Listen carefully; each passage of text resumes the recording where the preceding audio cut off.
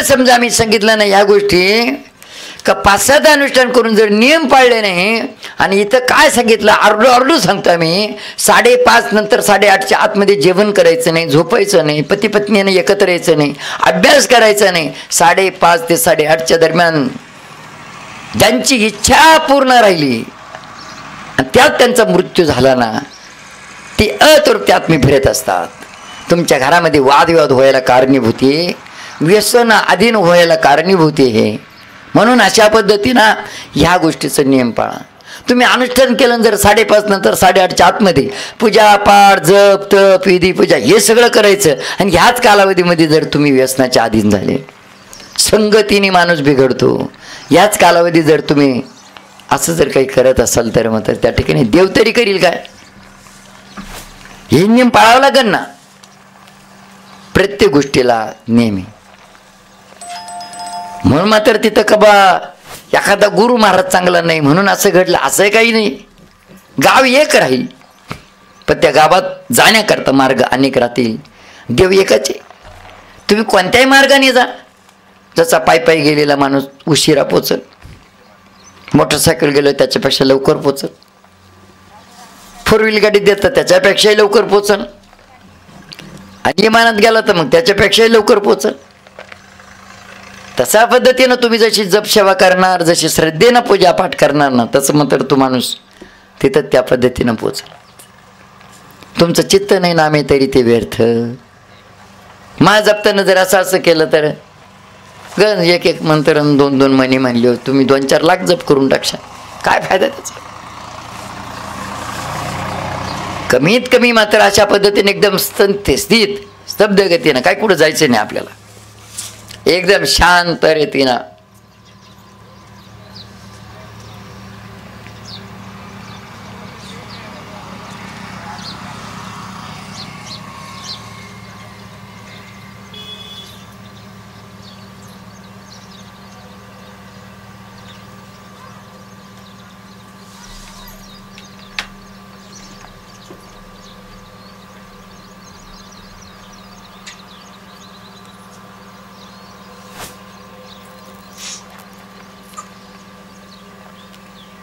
एक माळ फक्त अशी शांत गतीने करून पहा, काय अनुभव येतो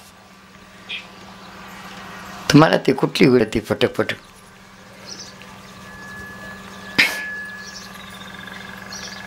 झालं अनुष्ठान.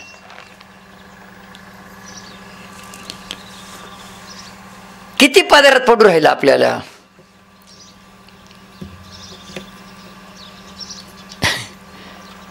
तुम्हाला माहिती आहे ना, एक गोष्ट सांगितली ना मी तुम्हाला, 1000 फूट पाईपलाईनला 2000 शिदेरी राहिल्यावर पाणी केव्हा जाईल छात? तुम्ही सांगा. 1000 फूट पाईपलाईनला 2000 शिदेरी जाईल पाणी? कमून नाही जाणार शिदेरी. तसं मनाच्या पाईपलाईनला लई शिदरे. गाय आलो, कुलूप लावलं का नाही, ते डोरं गुरं मग आता पाहते का नाही, गाय दूध काढू देते का नाही, मग का आठवून जाते 8 दिवसात, रोप लावायला येईल तेव्हा चिमटावं लागेल, मग का लोकांची लागून जाते अनुष्ठान होईपर्यंत, लोकांचे काढा येतील तेव्हा आपले निंदायला येतील. तुमच्या लय मोठ्या चिंता आहे. अनुष्ठान करताना हे सगळे कुठं तुम्ही करीत बसले तर चित्त नाही नामे तरी ती व्यर्थ. म्हणजे बसले इथं, मन तिथं, तुम्ही जिथं तिथं तुम्ही नाही, जिथं तुमचं मन तिथं तुम्ही. मग मनाला मात्र जिंका, मनाला बरोबर. मग आता तुम्ही म्हणाल हे आकळतच नाही, कसं काय करावं आता याला? त्याला तुम्ही असं एकदम बांधून पण नका ठेवू बरं. ते इतकं प्रबळ आहे ना, तुम्ही बांधून ठेवलं तर ते तुम्हाला जमूच देणार नाही.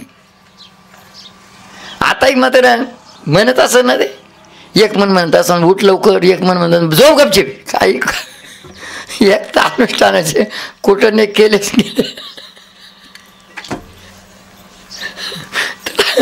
तुला कोणी सांगितलं तर म्हणजे असं अनुष्ठानला बस आता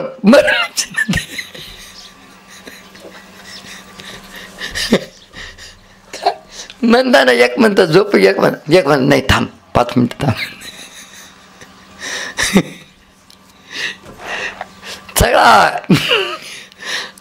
कार्यक्रमच गोंधळ झाला सगळा. परंतु समर्थ रामदासांनी मात्र म्हणी लिहून ठेवले, मना सज्जना भक्तिपंथीश जावे, ते जे भावे ते स्वभावे करावे. म्हणजे चांगल्याच संगतीला जाण, तिथं तुम्हाला अनुभव येईल तशा पद्धतीनं करण्याचा प्रयत्न करा. तिथं चांगल्याच संगतीला जा, तुझं कसं चांगलं झालं. हां, कीर्तनकार असेल, कथाकार असेल, प्रवचनकार असेल, देवाची देवपूजा करत असेल, एखाद्याचं सानिध्य चांगलं आहे, अशा ठिकाणी मात्र जा. आणि तिथं मात्र त्या पद्धतीनं त्या अनुभवाला येईल तुझं असं कशामुळं होतंय, यश कशामुळे येतंय, आरोग्य कशामुळे, घरात शांतता कशामुळे, असं मात्र त्याला विचारा.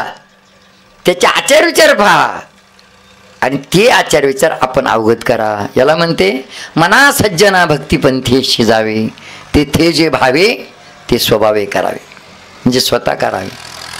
बस अशा पद्धतीनं मात्र करा. तुमच्या जीवनामध्ये ना बाकीचं सुखशांतीला शोधायची गरज नाही. सुखशांती तुम्हाला शोधत तुमच्याकडे येईल. परंतु एक बाबाजींच्या नियमाप्रमाणे सांगितलेल्या नियमाप्रमाणे वागा. जो माझ्या नेमा पडेल मी त्यांच्या कामा, जो माझ्या नेमा पडेल मी त्यांच्या कामात. तुम्हाला सगळ्यांना माहिती आहे, सर्व्हिसच्या नियमाप्रमाणे राहिलं तर पगार वाढून मिळेल, सर्व्हिसच्या नियमाप्रमाणे राहिलं तर दिवाळीचा बोनसही मिळेल, सर्व्हिसच्या नियमाप्रमाणे राहिलं तर रिटायर झाल्यानंतर अर्धा पगार पण मिळेल. सर्व्हिसच्या नियमाप्रमाणे जर राहिलं तर पगारही वाढून मिळणार नाही, तेव्हा घरी जाय. सर्व्हिसच्या नियमाप्रमाणे जर नाही राहिलं तर दिवाळीचा बोनसही मिळणार नाही, म्हणजे तो दिवाळ तिकडंच कर. आणि सर्व्हिसच्या नियमाप्रमाणे जर नाही राहिलं तर घरी काढून देतील. बोनसचा आणि रिटायरमेंटचा पेन्शनचा विषयच नाही. आम्ही सुद्धा सर्व्हिसला बरं का, ड्युटीवरच आहे.